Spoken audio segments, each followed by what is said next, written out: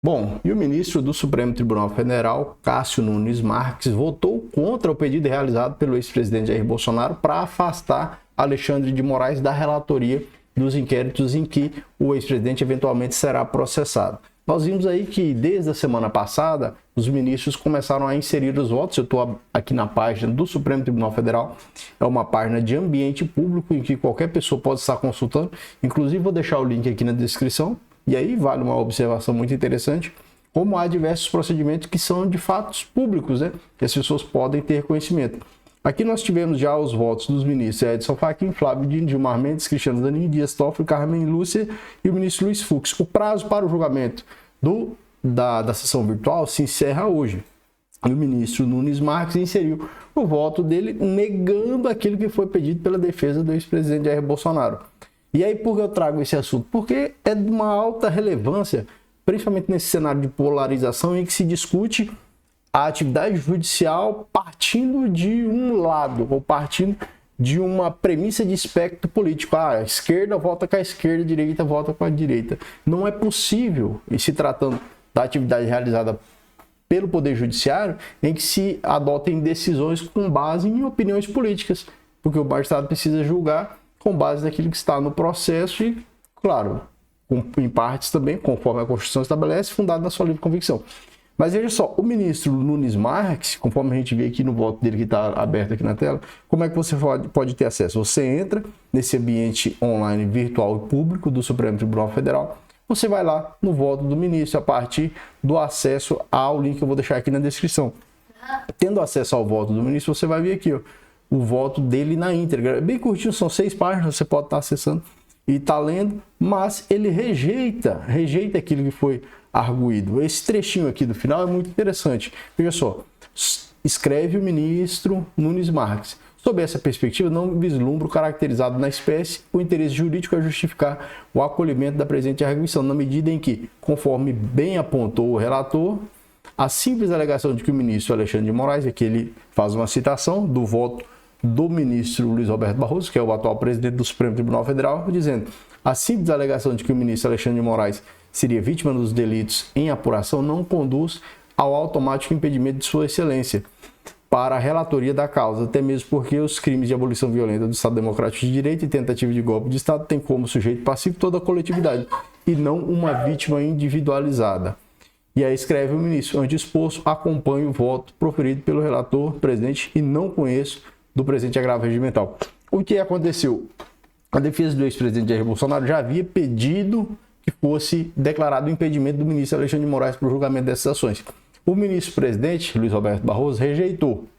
A defesa, então, arguiu um recurso dentro do processo para que fosse levado para julgamento por todos os outros ministros, e aí nós estamos, então, diante desse julgamento. Então, estamos diante do julgamento do agravo regimental na petição que foi apresentada anteriormente para que fosse declarado, então, o ministro Alexandre de Moraes como impedido. O fundamento apresentado pela defesa do ex-presidente Jair Bolsonaro está aqui, principalmente no artigo 252, inciso 4. O que me parece? Me parece que seria razoável o reconhecimento, e isso eu já falei em outros vídeos aqui, o reconhecimento da suspeição. O reconhecimento da suspeição com base no 254, inciso 1. A gente vai falar disso depois.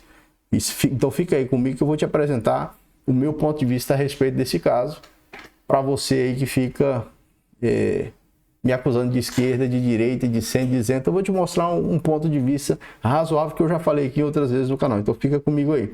O 252, que é aquele que é apresentado pela defesa do ex-presidente, indica que no inciso 1, aliás, no inciso 4, que foi apresentado pela defesa do ex-presidente, é o seguinte: o juiz não poderá exercer jurisdição no processo em que ele próprio ou seu cônjuge ou parente consanguíneo afim em linha reta ou colateral até o terceiro grau, inclusive, por parte ou diretamente interessado. Então, basicamente, a defesa do ex-presidente argui o seguinte: olha, o ministro Alexandre de Moraes não pode ser juiz desse caso porque ele é uma parte diretamente interessada no feito, na medida em que ele seria a eventual vítima daquela tentativa de homicídio. O que os ministros alegam para negar? Ora, não há imputação de tentativa de homicídio, há imputação de tentativa de golpe de Estado. A tentativa de homicídio ou a premeditação, a preparação para a execução de um crime de homicídio estaria entre aqueles fatos que foram apurados, mas não é objeto ou não será eventualmente objeto do processo a ser instaurado, porque ainda está numa situação de inquérito judicial. Então são situações diferentes. Até aí, nesse momento, é razoável a decisão nesse sentido, já que a vítima, como apontado pelo ministro Nunes Marques, do crime de abolição violenta do Estado de Direito, é a coletividade e não um indivíduo específico. Portanto, esse argumento é legal. É um argumento que encontra consonância com o sistema legislativo. O que acontece é o seguinte, seria razoável, aqui eu dou a minha opinião, seria razoável isso aqui, ó. O juiz dar-se-á por suspeito, e se não fizer, poderá ser recusado por qualquer das partes, se for amigo íntimo ou inimigo capital. É evidente que, desde 2020, já existe uma inimizade profunda por parte do ex-presidente em relação ao ministro Alexandre de Moraes. Isso é visível, porque em vários vídeos a gente vê na internet, eu mostrei algum deles aqui em outros momentos que eu falei sobre isso, a gente vê o ex-presidente xingando o ministro do Supremo Tribunal Federal. Chama de canalha, chama de patife, chama de um monte de... Isso desenvolve uma inimizade que é latente, é visível. E o que acontece?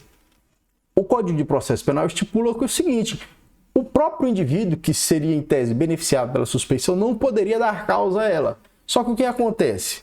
Para a gente entender, o 256 diz o seguinte, olha, a suspeição não poderá ser declarada nem conhecida quando a parte injuriar, isso que o ex-presidente fazia. Ele injuriava o ministro Alexandre de Moraes diversas vezes. A suspeição não pode ser conhecida quando a parte injuriar o juiz ou de propósito der motivo para criá-la. O que acontece? Tudo bem, o ex-presidente injuriava de fato o ministro Alexandre de Moraes, não tem como negar isso, são vários vídeos que foram divulgados por aí. Agora, o que acontece? Esses fatos se deram antes desse procedimento, que é o inquérito do golpe. Ou seja, não é possível supor ou pressupor que o ex-presidente, já imaginando que seria investigado em um inquérito de tentativa de golpe de Estado, estaria dando causa a uma questão de suspeição. Então, com base nisso, tudo bem se você levar em consideração, não. Para o julgamento do inquérito das fake news, aí sim, o ministro não pode ser considerado suspeito porque o ex-presidente deu causa à suspeição. Agora, esse inquérito específico, esse que trata da hipótese da tentativa de golpe e abolição violenta do Estado Democrático de Direito, aí não tem como dizer que o ex-presidente já tinha dado causa em razão dessa situação, porque ela nem existia ainda, só passou a existir a partir de 2023, quando a Polícia Federal iniciou a investigação e chegou à conclusão agora, em 2024, final de 2024, de que o ex-presidente estava inserido nessa tentativa de abolição violenta do Estado Democrático de Direito.